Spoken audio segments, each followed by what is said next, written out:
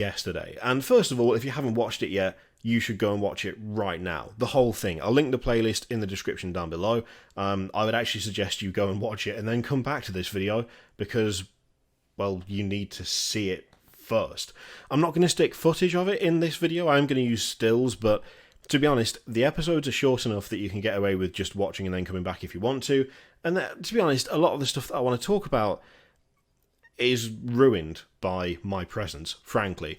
You know, if you want to talk about lighting, like just the way that the guy's done the different scenes and how atmospheric it is, nothing spoils the atmosphere of something than having this like over the top of it or in the corner of it or talking over it, because sound is another big part of atmosphere and it's something that they've absolutely nailed. And also, I don't know how to make it. I've got no idea where you even start making something like Astartes. I have no clue about animation at all. I know nothing of it, and so it feels a little bit weird taking that and kind of going, I like your stuff so much that I'm going to put it in my video and then talk all over it. I don't know. In this specific instance, I think due to the length, the passion, the quality, all of that stuff, it doesn't feel quite right to me. So there will be stills occasionally. There's one specific still that I'm going to use in this because it's, I think, my favourite shot / depiction / picture of a Space Marine ever. Like, genuinely that good. So, why do I like it so much? Why is it so unbelievably effective at what it does? I think there's a few different things. I mean, the atmosphere I've already mentioned, but the atmosphere is a huge part of it. The sound design is really spot on. There's very little in the way of like extraneous noise or kind of an oversaturation of sounds or anything like that. It's used in a way to emphasize things.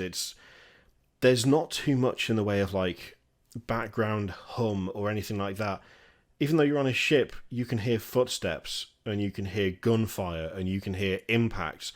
And there's like this nice kind of ambient sound in the background here and there, but it's also percussive and it just emphasizes the action and very little else, which I really, really like. It pairs really well with the fact that quite a lot of it is dark, as in lack of light dark. In some stuff, things being dark is not great.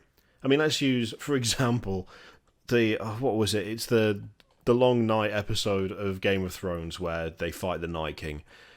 I mean, I'm not going to throw any spoilers in case somehow you haven't already been spoiled or haven't watched it, but that episode of that show was dark. And I don't mean in terms of, oh, that's depressing dark. I mean it was just pitch fucking black. You could not see a goddamn thing. And it suffered for it because you had no bloody idea what was happening at any given point. It was like, oh, I've heard that this is like the longest on-screen battle ever recorded. It'd be great if I could see some of it. That's an example of using like darkness in a crap way. Using it in a good way, I think Astartes is one of those fantastic examples of how to use darkness in the best possible way. It's used as an emphasis, almost. It's used to set up light and very little else. There's a couple of different shots that work so well because it is just a brief flash of light in the darkness. Usually, again, muzzle flashes. There's a couple of scenes in particular, like Space Marines moving out of the way of an RPG of some kind. It explodes behind them. The screen is pitch black for a moment, and then you just see 3 silhouetted, power-armoured figures walking as an explosion lights up behind them, and then the screen's black again.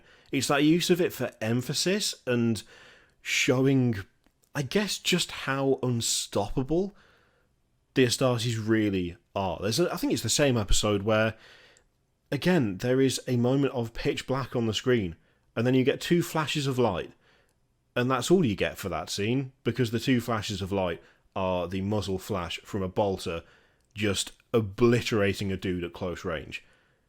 That's all it is. It's such a good use of it, and it builds on the atmosphere that the sound already, has set in place.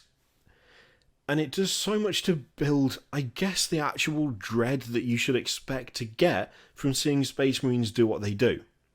One of the things I like most about it is the fact that I think sometimes it's easy to overlook that Space Marines are genetically engineered superhuman soldiers. I know that sounds daft because that's what they are and that's what they're described as all the time.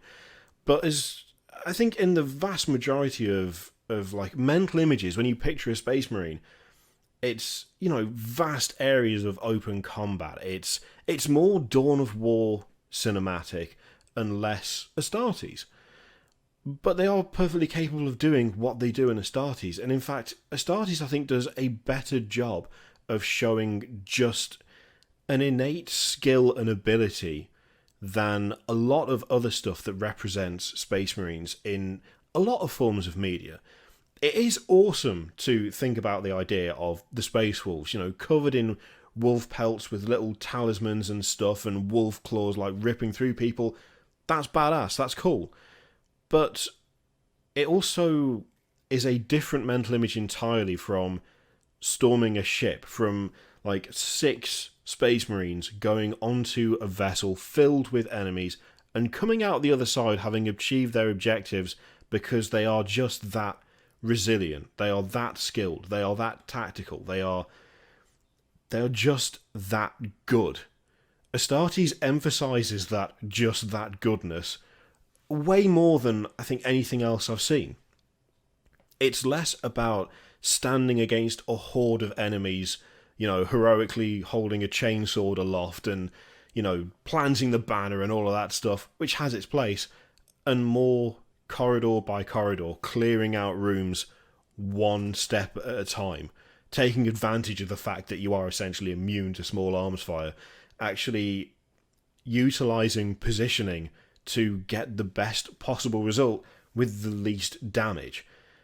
It's something that I didn't realise I think has been missing a little bit from the descriptions of what Space Marines are capable of. Like, I didn't think we were missing that until I saw it, at which point I kind of feel like that side of things doesn't get as much attention as like the heroic side of stuff. I mean, it still is heroic. The 4th episode, it's like, there is, as I say, there is one particular shot in that episode, which you'll see right now, which is framed so well, and it looks so good, and the build-up to that moment is, I think, one of the best examples of showing just what Space Marines are capable of. There is little things throughout the series that kind of show different approaches, and when it builds up to this particular moment, there's like so many little things that happen all the way through that build up to it. The use of bolters, I really like. It's like, if you actually watch it back, it, for the most part, full auto is not used until a certain point, and when full auto is used, there is obviously more recoil than before, and it's noticeable. Close combat weapons, for the most part, aren't used until it reaches a certain point, where bolters aren't viable, and so close combat weapons are deployed. Instead of the entire thing being a guy running through hordes of enemies, cutting them apart with combat knives, instead it is a tool save for a specific job. It's just so much more tactical. It's so much more tactical, and because of that, it's so much more dark, I think. And I'm not just talking in terms of the lighting, I'm talking the atmosphere as a whole for this series is the perfect mix of action and darkness. There's almost like a futility to this, in that you are watching these Space Marines just destroy everyone. There's no cries of anger, there's no shouting, there's no "for the Emperor," there's none of that. It is just silent, swift death from them.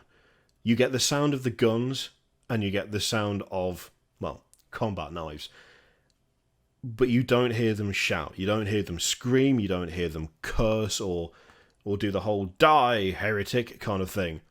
It's so chilling just in how focused and not heroic it is.